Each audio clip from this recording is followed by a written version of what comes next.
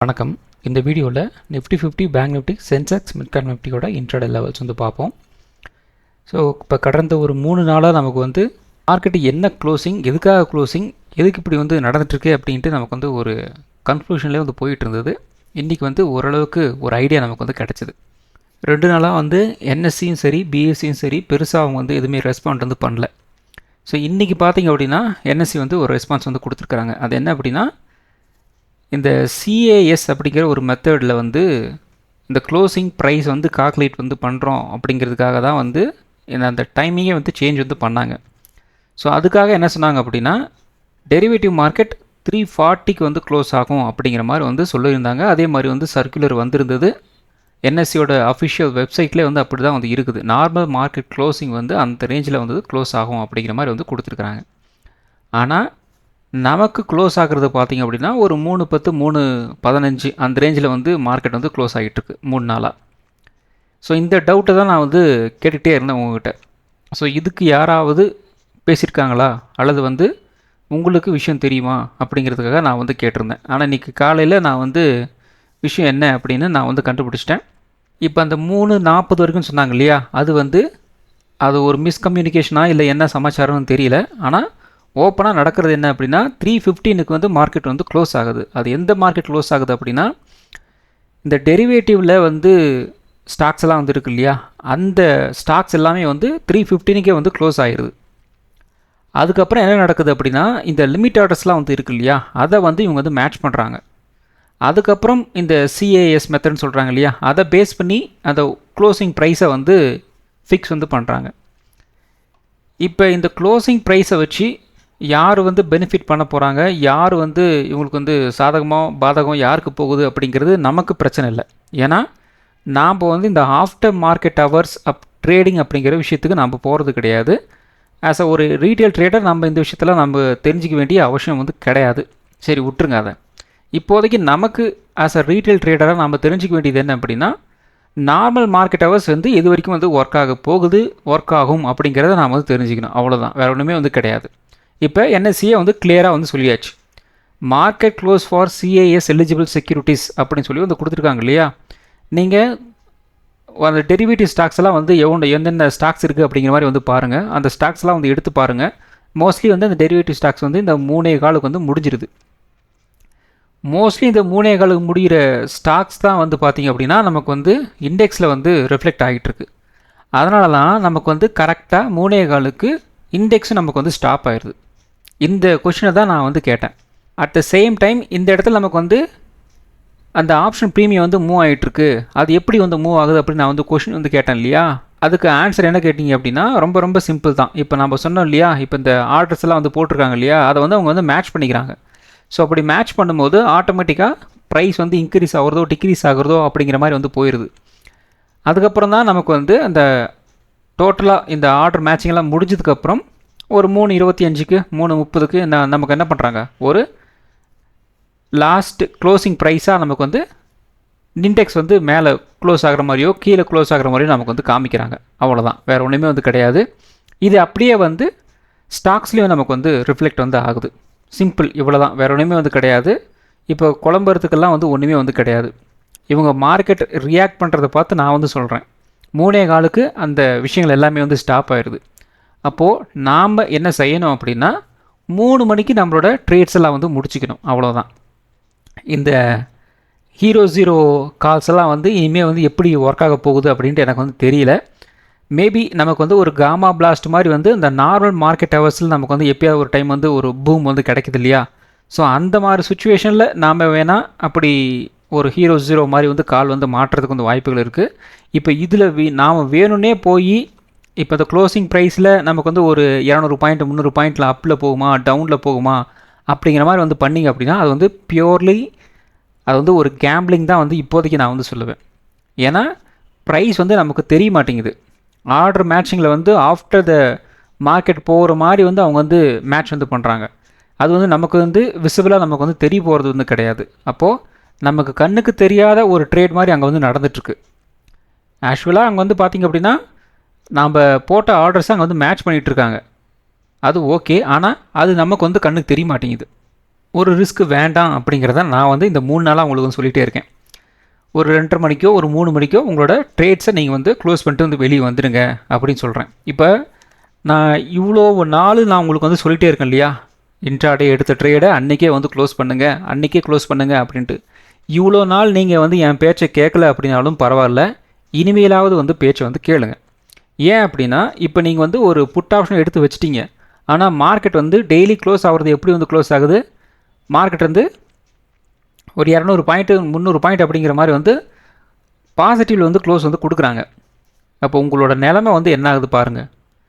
இப்போ 3 நாளாக நமக்கு வந்து பாசிட்டிவாக வந்து க்ளோஸ் ஆகிட்டுருக்கு அப்படின்னு நம்ம வந்து ஒரு கால் ஆப்ஷன் வந்து எடுத்து வச்சோம் அப்படின்னா, நாளைக்கு நெகட்டிவில் வந்து க்ளோஸ் ஆகுது, 200 பாயிண்ட் 300 பாயிண்ட் நெகட்டிவில் க்ளோஸ் ஆச்சு அப்படின்னா உங்களோட நிலைமை வந்து என்ன? அவ்வளோதான் என்னோடய கொஷின். ஸோ நிஃப்டி 50யோட டெய்லி டைம் ஃப்ரேம் வந்து எடுத்திருக்கோம். நம்ம ஏற்கனவே வந்து கெஸ் பண்ணி வச்சுருந்தோம், ஒரு 24,600 வந்து ஒரு பிரேக் அவுட் வந்து கொடுத்தாங்க அப்படின்னா நல்ல மூவ் வந்து கிடைக்கும் அப்படிங்கிற மாதிரி நம்ம வந்து கெஸ் பண்ணி வச்சுருந்தோம். இப்போ 3 நாளாக மார்க்கெட் வந்து அந்த 24,600க்கு மேலே தான் வந்து இருக்குது. இருந்தாலும் பார்த்தீங்க அப்படின்னா ஒரு பிரேக் அவுட் அப்படிங்கிறது வந்து மார்க்கெட்டில் வந்து நடக்கலை. அதுதான் இப்போதைக்கு நமக்கு வந்து பிரச்சனையாக வந்து இருக்குது. இதில் சந்தோஷமான விஷயம் என்ன அப்படின்னா, ஸ்டில் மார்க்கெட் வந்து அந்த 24,600க்கு மேலே வந்து ஸ்டே பண்ணிகிட்டு இருக்கிறாங்க. அது வரைக்கும் ஒரு சந்தோஷமாக வந்து விஷயந்தான். அதில் எந்த விதமான ஒரு மாற்று கருத்தும் வந்து கிடையாது. மேபி இது அப்படியே வந்து ஹோல்ட் ஆகுது அப்படிங்கிற பட்சத்தில் நமக்கு கொஞ்சம் கொஞ்சமாக மேபி ஏதாவது ஒரு பாசிட்டிவ் நியூஸ் வந்து இங்கேருந்து ஏதாவது நமக்கு வந்து கிடச்சிது அப்படின்னா மார்க்கெட் வந்து ஒரு அப் ட்ரெண்ட் போகிறதுக்கு வாய்ப்புகள் இருக்குது. அட் த சேம் டைம் நம்ம ஏற்கனவே வந்து கெஸ் பண்ணது தான், இந்த 24,600 அப்படிங்கிறது வந்து செல்லிங் பாயிண்ட் ட்ரிகர் ஆகிற ஏரியா. இதெல்லாம் ஏற்கனவே இந்த இடத்துல செல்லிங் தான் வந்து ட்ரிகர் ஆகிருக்கு இல்லையா, அதே மாதிரி மறுபடியும் உள்ளே வந்துட்டாங்க அப்படின்னா ப்ரைஸ் வந்து இந்த ரேஞ்ச் வரைக்கும் வந்து வர்றதுக்கு வந்து வாய்ப்புகள் இருக்குது. ஸோ அதையும் நல்லா வந்து மைண்டில் வந்து வச்சுக்கோங்க. ஸோ டெய்லி டைம் ஃப்ரேமில் 2 விஷயங்கள் நமக்கு வந்து கண்ணுக்கு முன்னாடி அப்படியே வந்து தெரியுது. ஒன்று, இது ஸ்டே ஆச்சு அப்படின்னா கொஞ்சம் கொஞ்சமாக வந்து மார்க்கெட் வந்து மூவ் ஆகிறதுக்கு வந்து வாய்ப்புகள் இருக்குது. அப்படி இல்லையா, மறுபடியும் உள்ளே வந்துட்டாங்க அப்படின்னா அகெயின் இந்த ட்ரெண்ட் லைனை போய் வந்து டச் வந்து பண்ணுவாங்க. டெலிகிராமில் ஒருத்தர் வந்து டவுட்ஸ் வந்து ஒரு 5 மினிட்ஸில் வந்து டவுட் வந்து கேட்டிருந்தார். ட்ரெண்ட் லைன் எல்லாம் வந்து போட்டு கேட்டிருந்தார். இப்போதைக்கு வந்து ட்ரெண்ட் லைன் எல்லாம் யூஸ் பண்ண வேண்டாம் அப்படின்னு நான் சொல்லியிருந்தேன். ஆனால் இப்போ வந்து யூஸ் பண்ணலாம். ஏன் அப்படின்னா நமக்கு என்எஸ்சியே வந்து ஒரு கிளாரிஃபிகேஷன் வந்து கொடுத்துட்டாங்க. இதுதான் இந்த டைமிங் தான் வந்து அஃபிஷியல் க்ளோசிங் அப்படிங்கிற மாதிரி வந்து ஒரு கிளாரிஃபிகேஷன் நமக்கு வந்து கிடச்சிருச்சு. அதனால் வந்து என்ன க்ளோசிங் வந்து இருக்குதோ அதுக்கு நம்ம வந்து அனாலிசிஸ் வந்து பண்ணிக்கலாம். அவ்வளோதான், வேறு ஒன்றுமே வந்து கிடையாது. ஸோ அதனால தான் வந்து இப்போ ஃபுல் ஃப்ளெஜ்டாக நான் வந்து வீடியோ வந்து ரெக்கார்ட் வந்து பண்ணிகிட்ருக்கேன். ஸோ அடுத்தது 1 ஹவர் சார்ட்டு. ஸோ இந்த 1 ஹவர் சார்ட்டில் என்ன நடந்துகிட்ருக்கு பாருங்கள். ப்ரைஸ் வந்து ஒரு அப் ட்ரெண்டு போகுது, மறுபடியும் டவுன் ட்ரெண்டு, அப் ட்ரெண்டு போகுது, மறுபடியும் டவுன் ட்ரெண்டு, மறுபடியும் வந்து ஒரு அப் ட்ரெண்ட் அப்படிங்கிற மாதிரி வந்து க்ளோசிங் வந்து கொடுத்துருக்குறாங்க. அப்போ நாளை என்ன நடக்கலாம், இந்த இடத்துல இப்போ க்ளோசிங் இருக்கு இல்லையா, அதுக்கு மேலே வந்து க்ளோஸ் பண்ணாலும் என்ன நடந்துகிட்ருக்கு, தொடர்ந்து 2 நாளாக மறுபடியும் ப்ரைஸ் வந்து கீழே வந்து இறங்குது. இது அப்படியே வந்து கண்டினியூஸாக வந்து போயிட்டுருக்கு. இதை எப்படி யூஸ் பண்ணுறாங்க அப்படின்னு பார்த்தீங்க அப்படின்னா, மார்க்கெட் வந்து கொஞ்சம் ஹையரில் வந்து க்ளோஸ் பண்ணுறாங்க இல்லையா, அதுக்கு மேலே வந்து மறுபடியும் பையர்ஸ் வரணும். அப்படி வரலை அப்படின்னா என்ன அப்படின்னா ஆட்டோமேட்டிக்காக வந்து ஒரு ரேஞ்ச் மோடில் வந்து நிற்கணும். அப்படி இல்லையா என்ன பண்ணுறாங்க அப்படின்னா செல் ஆர்டர்ஸ் வந்து ட்ரிகர் பண்ணி விட்டுறாங்க. இப்போது இந்த இடத்துல வந்து ப்ரைஸ் வந்து இருக்குது, இந்த இடத்துல வாங்குறதுக்கு ஆள் யாருமே இல்லை. அப்போ என்ன பண்ணுறாங்க அப்படின்னா ப்ரைஸை இந்த இடத்துல வந்து வைக்கிறாங்க. 10 ரூபா அப்படின்னு இந்த இடத்துல இருந்துச்சு அப்படின்னா என்ன பண்ணுறாங்க, 1 ரூபா அப்படிங்கிற மாதிரி வந்து வைக்கிறாங்க. இப்படி வைக்கும் போது என்ன நடக்கும் அப்படின்னா ஆட்டோமேட்டிக்காக ஒரு பேனிக் மோடு வந்து க்ரியேட் பண்ணுறாங்க. அப்போது 10 ரூபாய்க்கு வாங்குறதுக்கு ஆள் இல்லையா அப்படின்னா சரி 5 ரூபாய்க்காவது வாங்குறதுக்கு யாருன்னா ஆள் வருவாங்களா அப்படிங்கிற மாதிரி வந்து நடு சென்டரில் ஒரு ஆர்டரை வந்து ப்ளேஸ் பண்ணுறாங்க. அப்போ ஆட்டோமேட்டிக்காக என்ன நடக்குது, இந்த 10 ரூபாயிலிருந்து 5 ரூபாய் நோக்கி வந்து ப்ரைஸ் வந்து கீழே இறங்குது. ஸோ இதுதான் வந்து 2 நாளாக வந்து நடந்துகிட்ருக்கு. இந்த சைக்காலஜி வந்து புரிஞ்சுக்குங்க. 2 நாளாக அந்த இந்த விஷயம் வந்து நடந்துகிட்ருக்கு. 3ஆவது நாளும் அப்படியே நடக்கணுன்ட்டு எந்த விதமான அவசியம் வந்து கிடையாது. ஆனால் இந்த பேட்டர்ன் இது தான் வந்து நமக்கு வந்து சஜஷன் வந்து பண்ணுது. கொஞ்சம் வந்து ஜாக்கிரதையாக வந்து இருங்க. அப்போ நாளை இந்த இடத்துல இருந்து மேலே ஒரு ஹை ஓப்பன் பண்ணிவிட்டு அந்த இடத்துலேருந்து மறுபடியும் வந்து செல் பண்ணுறதுக்கும் வாய்ப்புகள் இருக்குது. இது வந்து ஒரு சினாரியோவாக நீங்கள் வந்து எடுத்துக்கங்க. அட் த சேம் டைம் இந்த இடத்துல நமக்கு வந்து இந்த ட்ரெண்ட் லைன் வந்து போயிட்டுருக்கு இல்லையா, ஸோ இந்த ட்ரெண்ட் லைன் கரெக்டாக வந்து இந்த எட்ஜில் வந்து க்ளோசிங் வந்து கொடுத்துருக்குறாங்க. ஸோ அப்போ நமக்கு இதுக்கு மேலே வந்து போகலை அப்படிங்கிற பட்சத்தில் ப்ரைஸ் வந்து இப்படியே வந்து கீழே இறங்குறதுக்கு வாய்ப்புகள் இருக்குது. ஃபஸ்ட்டு வந்து இந்த ரேஞ்சு, அதுக்கு அடுத்தது இந்த ரேஞ்சு அப்படிங்கிற மாதிரி வந்து மூவ் ஆகிறதுக்கு வாய்ப்புகள் இருக்குது. As per 1 hour time frame இப்படி வந்து மூவ் ஆகலாம். அல்லது இந்த ட்ரெண்ட் லைனுக்கு மேலே வந்து நாளைக்கு வந்து ட்ரேட் ஆகுது, ஹோல்ட் ஆகுது அப்படிங்கிற மாதிரி இருந்துச்சு அப்படின்னா நாளை நம்ம வாட்ஸ்அப் சேனலில் நான் வந்து ஷேர் வந்து பண்ணுறேன். நெக்ஸ்ட்டு மூவ் வந்து எப்படி இருக்கலாம் அப்படின்ட்டு.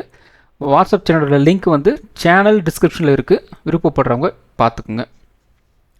நான் ஸ்க்ரீன்ஷாட்டும் வந்து ஆட் பண்ணுறேன். ஸோ அடுத்தது பார்த்திங்க அப்படின்னா 50 மினிட் சார்ட்டு நிஃப்டியோடது. ஸோ கரெக்டாக இங்கே இருக்கிற அந்த கேண்டல்ஸு, இந்த ப்ரைஸ் ஆக்ஷன் இதெல்லாம் வந்து பாருங்கள். அதே மாதிரி இந்த இடத்துல இருக்குது இல்லையா, இதெல்லாம் வந்து பாருங்கள்.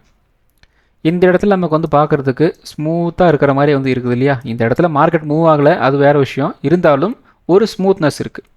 ஆனால் இந்த இடத்துல பார்த்திங்க அப்படின்னா அந்த ஸ்மூத்னஸ் அப்படிங்கிறது வந்து இல்லை. என்ன நடந்துகிட்ருக்கு அப்படின்னா, ஆப்ஷன் செல்லர்ஸ் பயங்கரமாக வந்து பயப்பட ஆரம்பிச்சிட்டாங்க. அந்த CAS சிஸ்டத்தை, அந்த மெத்தடை அவங்களால வந்து இப்போதைக்கு வந்து கிராக் பண்ண முடியல. அதன் காரணமாக என்ன நடக்குது அப்படின்னா, ஆப்ஷன் செல்லர்ஸ் மிகப்பெரிய லெவலில் லாஸ் வந்து பண்ணிகிட்ருக்காங்க. யார் லாஸ் பண்ணுறாங்க அப்படின்னா, அந்த பேட்டர்னை கரெக்டாக வந்து அண்டர்ஸ்டாண்ட் பண்ண முடியாதவங்க ஹெவிலி வந்து லாஸ் வந்து பண்ணிகிட்ருக்காங்க. அதுக்கப்புறம் என்ன நடந்திருக்கு அப்படின்னா, பை ஃப்ளூக்கில் சில விஷயங்கள் வந்து நடக்குது இல்லையா, அதுவங்க வந்து ப்ராஃபிட் வந்து பண்ணிகிட்ருக்காங்க. ஸோ கொஞ்சம் வந்து ஆப்ஷன் செல்லர்ஸ் வந்து அந்த பேட்டர்னை வந்து கிராக் பண்ணுற வரைக்கும் இந்த மார்க்கெட் வந்து கொஞ்சம் இந்த ஸ்மூத்னஸ் இல்லாமல் தான் வந்து இருக்கும். ஒன்ஸ் ஆப்ஷன் செல்லர்ஸ் வந்து அந்த பேட்டர்னை வந்து கிராக் பண்ணிட்டாங்க அப்படின்னா, இந்த அளவுக்கு வந்து அந்த வாலட்டிலிட்டி அப்படிங்கிறது நமக்கு வந்து இருக்கிறதுக்கு வாய்ப்புகள் இல்லை அப்படிங்கிறது தான் என்னோட வந்து கெஸ்ஸு. ஸோ அது வரும் நாட்களில் தான் வந்து தெரியும். எனக்கு தெரிஞ்சு மிஞ்சி போனால் இன்னொரு மேக்ஸிமமே ஒரு 10 நாள் 15 நாளுக்குள்ளே வந்து ஆப்ஷன் செல்லர்ஸ் வந்து அந்த பேட்டர்ன் வந்து கண்டுபிடிச்சிருவாங்க.